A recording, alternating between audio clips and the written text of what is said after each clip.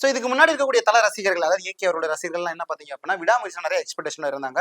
ஒரு சில ரசிகர்களுக்கு வந்துட்டு அந்த எக்ஸ்பெக்டேஷன் வந்து கொஞ்சம் கம்மியா இருந்த மாதிரியான ஒரு விஷயம் நம்ம எல்லாத்துக்குமே தெரியும். பட் இந்த குட் பேட் அக்லி அப்படின்ற ஒரு விஷயம், இந்த படம் உண்மையிலே ஆதிக் வந்து சூப்பரா பண்ணியிருக்காரு. ரொம்ப பெர்ஃபெக்ட்டா பண்ணியிருக்காரு. டைரக்டர் வந்துட்டு ஒரு ரசிகனோட பார்வையில இருந்து என்னென்ன விஷயங்கள்லாம் பண்ணா ரசிகர்கள் வந்து என்ஜாய் பண்ணுவாங்களோ, ஆக்சுவலா அவர் எந்த மாரி வந்துட்டு ரசிகர்கள வந்து ரசிகனா இருந்து நம்ம தல ஏகே அவர்கள வந்து ரசிச்சிருக்காரோ, அப்படி எல்லாத்தையுமே ஃப்ரேம்ல காமிச்சிருக்காரு.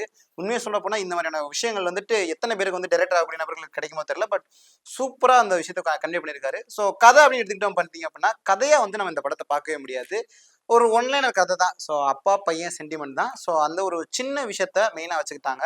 பட் கதை ஸ்டார்ட் பண்ணதுல இருந்துட்டு ஒவ்வொரு 10 நிமிஷத்துக்கு ஒருக்கா, ஒவ்வொரு 5 நிமிஷத்துக்கு ஒருக்கா, ஸோ தியேட்டர்ல ரசிகர்களுடைய கொண்டாட்டம் வேற லெவல்ல இருந்துச்சு. இந்த ஒவ்வொரு படத்துலயுமே வந்துட்டு பார்த்தீங்க அப்படின்னா, மாஸா எடுத்துட்டு போறதுல ரொம்ப வந்து செம்ம சூப்பர் ஹீரோவா மாஸா கொண்டு காமிக்கிறதுல இன்னொரு விஷயமா இருக்குன்னா, கொஞ்சம் அதிகமாயிட்டா கூட அது வந்து ஒரு கிரின்ஜ் மெட்டீரியலா மாறிடும். ஸோ அப்படி ஒரு கிரின்ஜ் மெட்டீரியலா மாறிடக்கூடாது அப்படின்றதுக்காக டைரக்டர் வந்து பார்த்து பார்த்து எந்த இடத்துல எப்படி ஹைப் குடுக்கணும், திரும்பி அந்த ஆடியன்ஸ் எப்படி சேர்ல உட்கார வைக்கணும், திரும்பி எந்த மொமெண்ட் அவங்க வந்து ஹைலைட்டா மாறுவாங்க அப்படின்ற ஒவ்வொரு விஷயமே வந்து பார்த்து பார்த்து பண்ணியிருந்தாரு.